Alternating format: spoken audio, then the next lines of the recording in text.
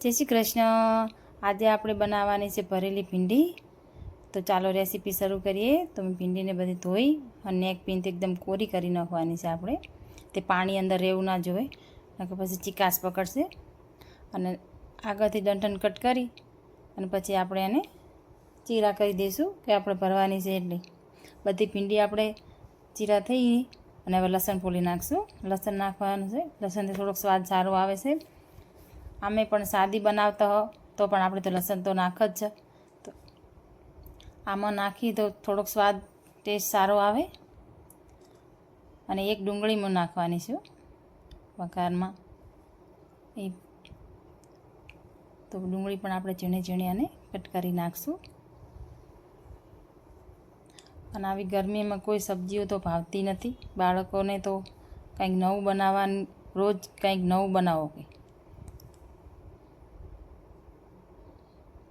તો આપણે ડુંગળી કટિંગ કરી નાખશું। ઝીણી ચોપ કરવાની છે આપણે એને। અને લીલા મરચાં 2-3 લીધા છે, એમાં આપણે એને લસણ અને લીલા મરચાંને તો આપણે ખાંડણીમાં ખાંડી નાખવાના છે। અને થોડાક મેં સિંગદાણા લીધા છે, એને પણ ખાંડી નાખશું। અને નમકીન લીધા છે 2 પેકેટ મેં। નમકીન એટલે ચવાણું આવે તીખું, મીડિયમ મીઠું નહીં।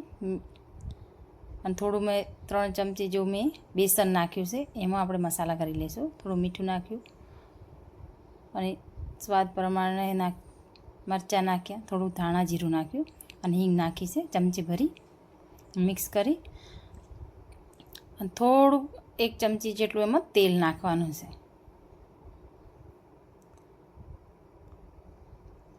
તેલ નાખીને મિક્સ કરીને પછી આપણે એને ભીંડીને ભરવાની છે, કોરી નથી ભરવાની। થોડું તેલ તો નાખવાનું જ,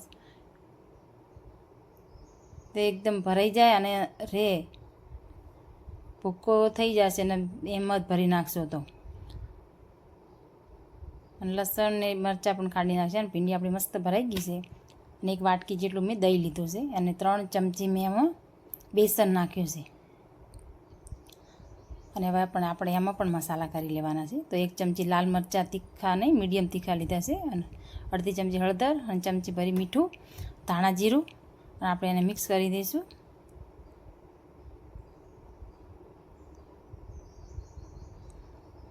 અને ભીંડી ભરેલી છે એટલે આપણે થોડું તેલ તો વધારે 3 પાવ જેટલું મેં તેલ લીધું છે।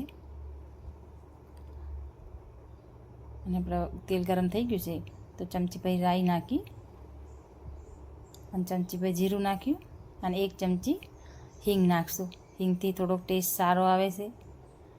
અને હવે લસણ લીલા મરચાંને આપણે વઘારમાં નાખવાના છે। થોડા ચડી જાય એટલે આપણે ડુંગળી નાખી દઈશું અને થોડું જ અડધી ચમચી જેટલું જ આપણે મીઠું નાખવાનું છે, કે આપણે બે જે બનાવ્યું છે એમાં પણ આપણે મીઠું નાખેલું હતું, એટલે એમાં થોડું જ મીઠું નાખવાનું છે। અને દહીં આપણે નાખી દઈશું અને ઉપર થોડું જ પાણી નાખવાનું છે। ભીંડી આપણે બધી એમાં નાખી દઈશું અને ઝારાથી આપણે આને મિક્સ કરવાની છે। અને ઉપરથી જે નમકીન ભૂક્કો વધ્યો હતો એ આપણે ઉપરથી નાખી દઈશું અને ઉપરથી થોડું મીઠું નાખવાનું છે, એટલે ઉપરથી ભીંડી આપણે ચડી જાય, મોળી ના રહે।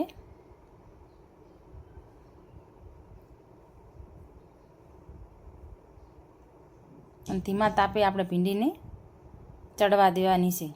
અને ટેસ્ટ તો ગજબ, એકવાર તમે આવી રીતે બનાવજો, મસ્ત બનશે।